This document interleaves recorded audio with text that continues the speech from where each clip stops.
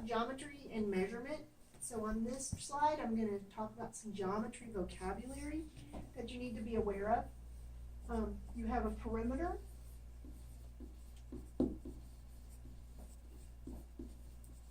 A perimeter is that distance around an object.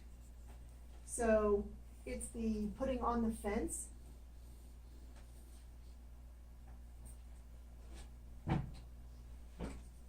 And a perimeter of a circle is called a circumference.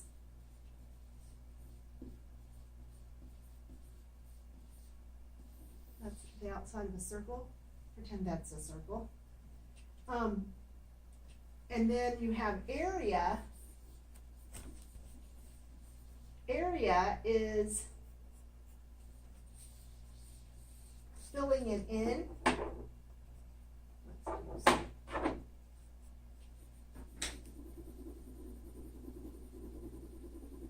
The inside of a figure, that's the area.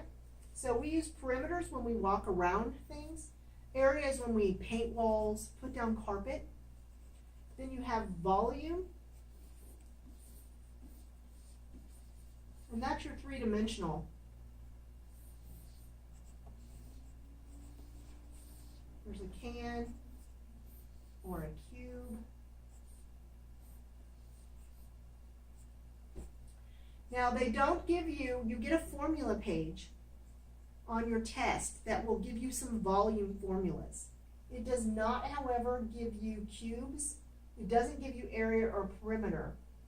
So I want you to think about what these are, and this can help you to do it. A perimeter is walking around the outside. So no matter what shape it is,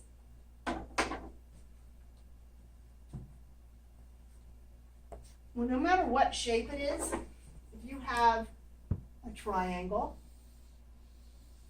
and you say there's 10 here, and 15 here, and 20 here, and I want to know the perimeter, I'm going to take 10 plus 15 plus 20, and I'm going to add up around the perimeter.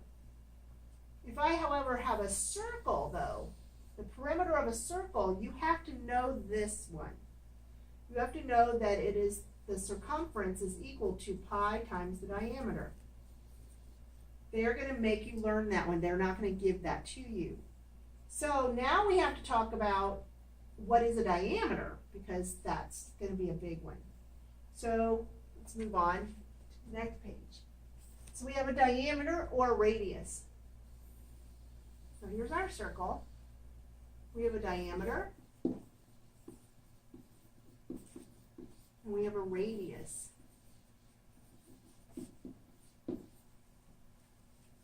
A diameter goes all the way across the circle. So think about it as a capital D. It goes all the way across the center of the circle. And it forms this kind of capital D for diameter. Radius is a little r, and we can even write it that way. Make a little r. So we have a radius. It's our smaller one. It kind of goes from the center point out, almost like a little end of the R. So diameter and radius. What I'm going to tell you is that when you are using these, you're going to get the one you don't need most of the time. So if you need a radius, they're going to give you a diameter. If you need a diameter, they're going to give you a radius. Every time. They really do. So if you have circumference is equal to pi times the diameter, the area of a circle is equal to pi r squared. So they might tell you that the diameter of this circle is 2, and then they're going to say, what is the area? So you need to go, well, area is equal to pi times the radius. What's the radius of this? 1. So 1 squared is 1. So the area is pi, or approximately 3.14. So if they tell you, here's a circle, and my diameter, and it doesn't matter where you draw the diameter, I mean the radius is 2, totally different 2. They want pi times the diameter. The diameter of this one is 4. So you've got 4 times into pi, or 4 pi. You can write it like that. That's the exact answer. The approximate answer would be 3.14 times 4, and you would get an amount. So it depends on what they're asking you for.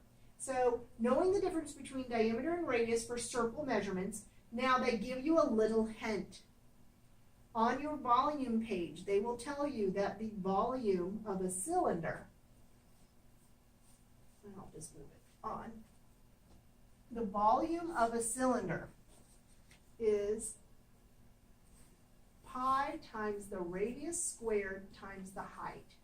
So think about what a cylinder is. It's a can. Think about this can. There's our bottom. So picture the bottom of your can. You pour a little bit of water in it. You cover the bottom of your can. That is a circle. So that's the area of that circle. Then you just keep filling it up. That's your height. So if you hide the height, pi times the radius squared is the area. So it kind of tells you the area if you understand that's what it's doing. Then you know that circumference uses the diameter. And it's just pi times the diameter. So that's about the best way. They don't give that to you as your formula page. That's about the best way to help you remember it. They do give you volumes. They do not give you volumes of a cube. A cube or a square box is length times width times height, all 3 measurements. So length times width times height is a volume of a cube of some sort. Of course, if it's a true cube, it would be 3 times 3 times 3. That's okay. It's still length times width times height. So you don't have to remember 3 things. The rest of them they give you, and they will ask you to use them.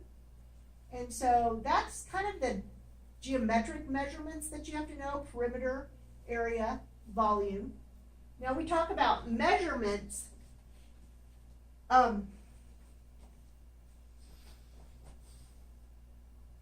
The other measurements they might have you do is linear measurements, like inches and feet and yards. They don't tell you metric, and they don't tell you English. They expect you to know these. So that might be a better one for a different video. So I think what we'll do is we will, stop this one, and then I'll do another one on measurement.